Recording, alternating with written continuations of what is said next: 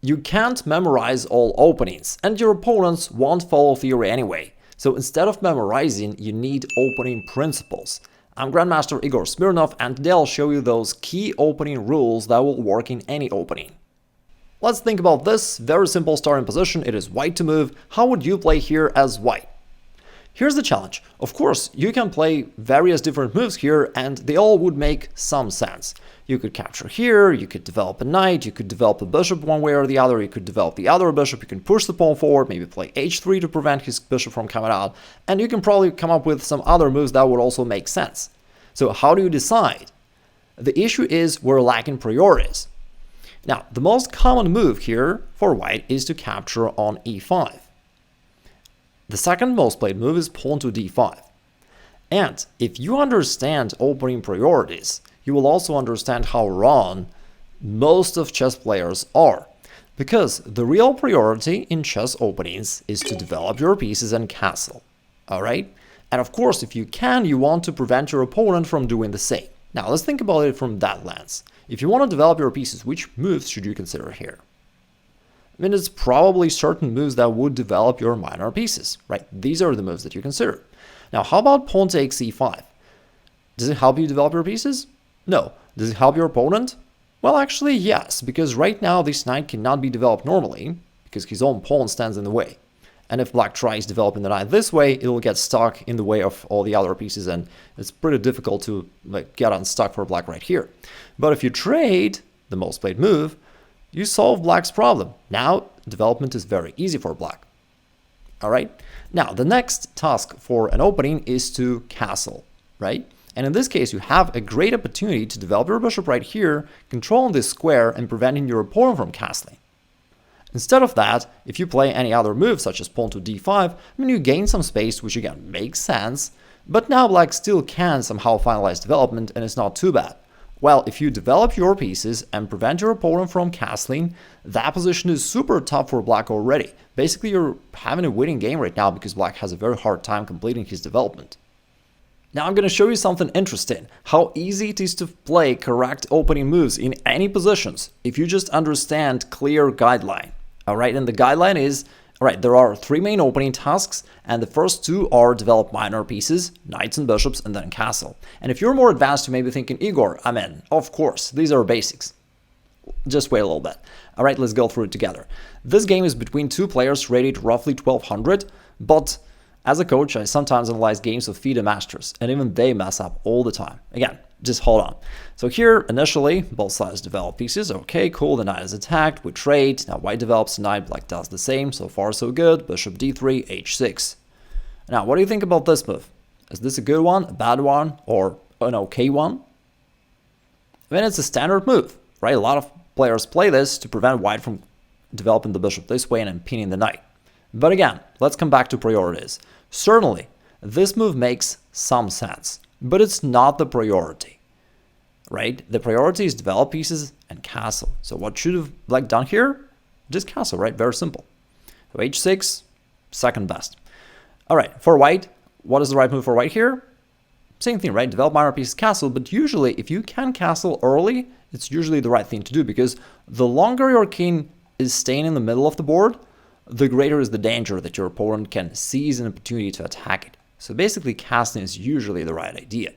White played bishop e3. Okay, that develops a bishop. Now for black, what do you think? Should black capture here or not? Black in the game played bishop b6, and it's nice that black did not blunder this bishop. On the other hand, that also wastes a little bit of time defending. And what I mean by that is, now it is white to play, and white can continue his development.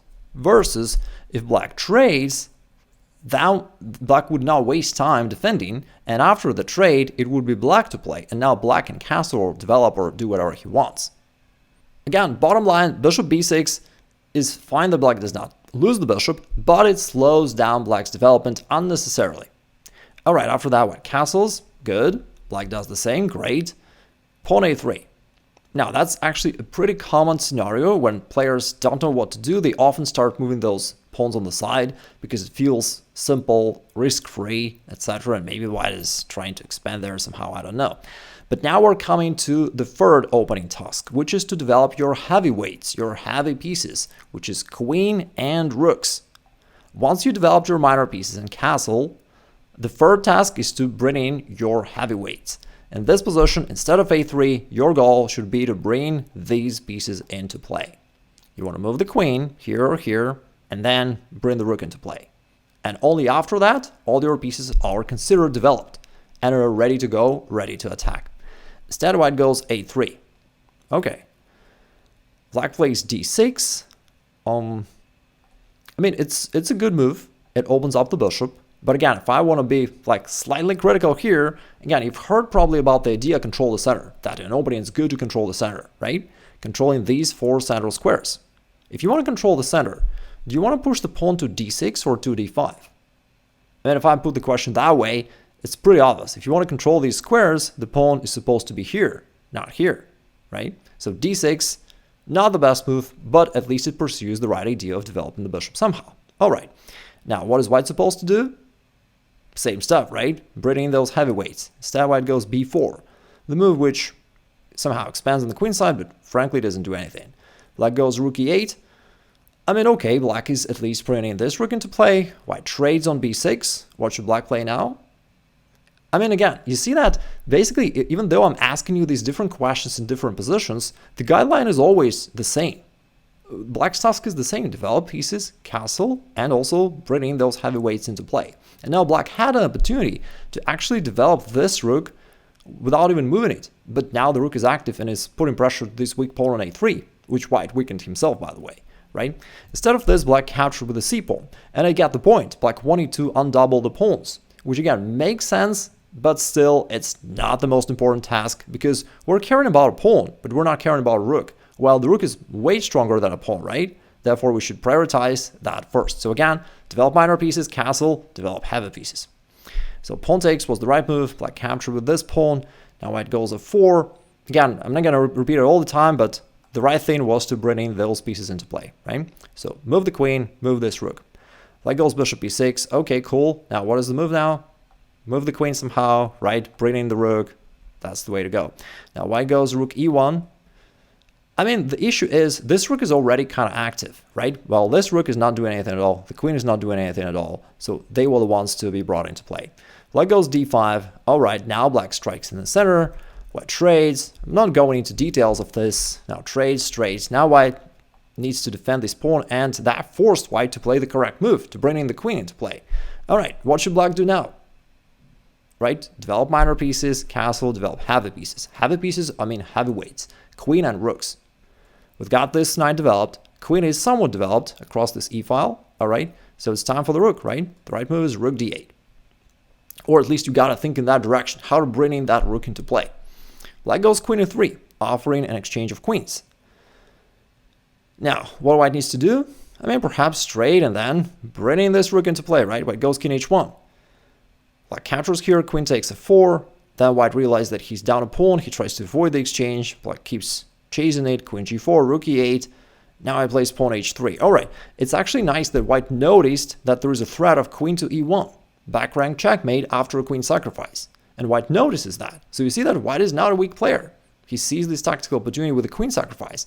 But still, like, the right move is just bring in the rook, right? Activate the rook. And you will simultaneously prevent that threat while also activating the rook. Instead, pawn h3. And we're not going to analyze it till the end, but you just can see that while the game goes on, you know, this player rated 1300 roughly, I mean, still plays without this rook and just maneuvers and pursues some other ideas while the game goes on. And that basically still violates that key idea of development. For white, even an opening stage is not finished yet. White hasn't developed all his pieces. By the way, this idea of universal chess principles is really my favorite subject in chess because this is simple, crisp, and gets straight to the point. And if you want to go deeper into this, I have my free masterclass, which I'll link down below. You can check it out later, where I go more in depth into those few most important fundamental principles of chess. All right, and now let's continue. Now let's talk about a few supplementary yet still very important principles to not mess up in an opening. You've probably heard that you need to control the center. But why do you need that? Because again, I don't want you to memorize stuff. I want you to understand it. Now, a couple of reasons here. First off, your pieces are the strongest in the center. Your knight right here controls these 3 squares.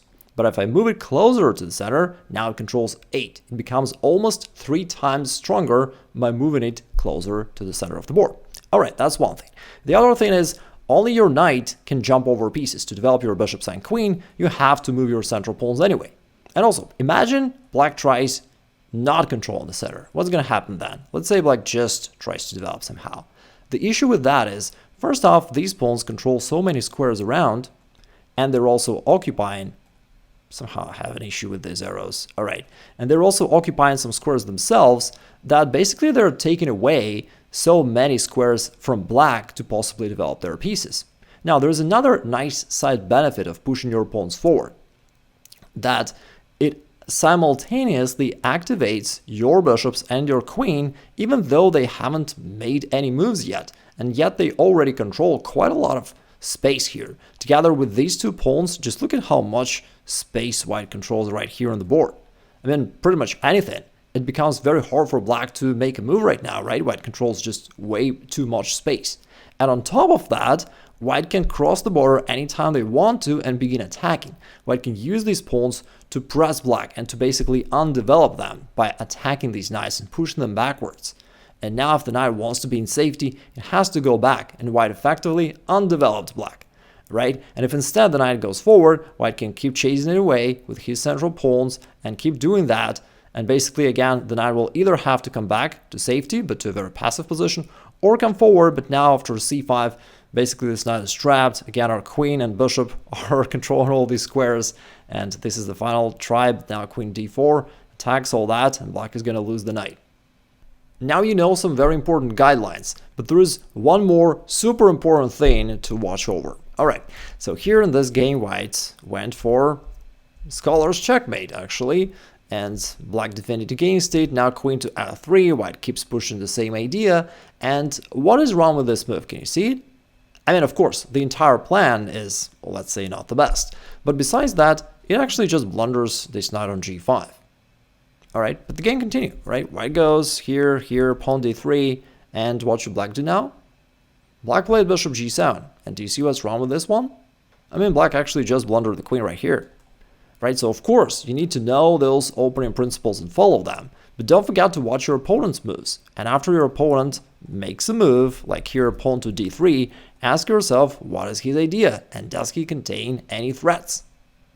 The next idea, a lot of opening disasters revolve around this pawn on f7. It's not only scholar's mate and fried liver attack, but many other sacrifices and quick attacks revolves around this square because it is the weakest. It is the only pawn that is only protected by the king, the weakest piece, and it is sort of a doorway to the king.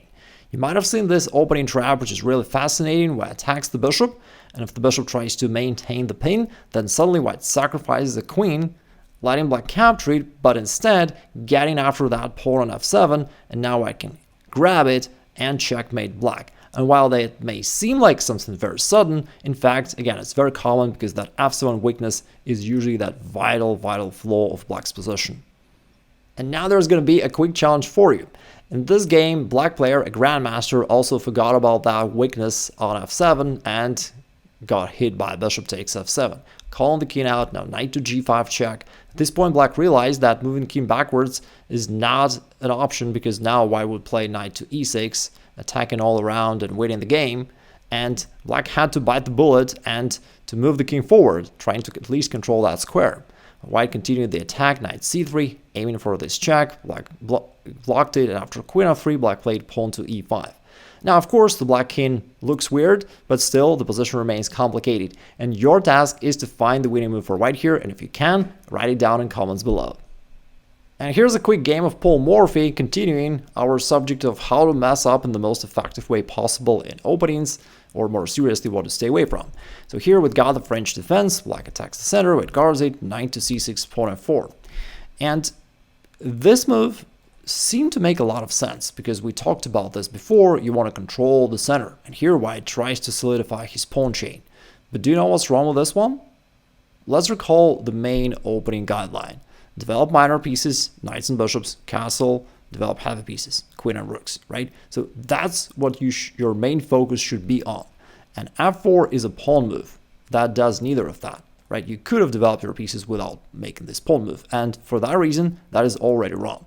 Now, white goes queen b6. This time attacking the central pawn, white guards it, bishop d7. So far it doesn't look like there's a big issue for white, but now already feels a little bit uncomfortable. For example, black is putting some pressure to this pawn, which is uncomfortable. White cannot develop the dark square bishop because it has to guard this pawn on b2.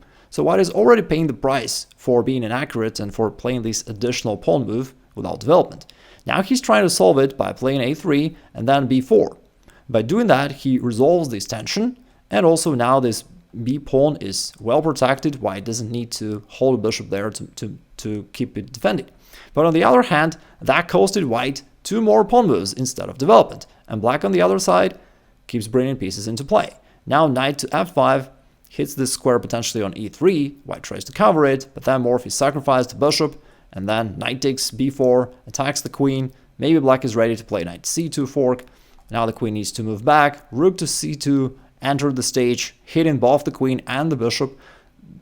The queen retreated, but now instead of capturing the bishop, Morphy played knight e3. Suddenly the queen is trapped, the bishop is still hanging. It's all a total disaster, and white just resigned. And now if you want to see how these opening principles work in practice and how to use them to attack effectively, watch this video next where I show you one of the best openings for players below 1500.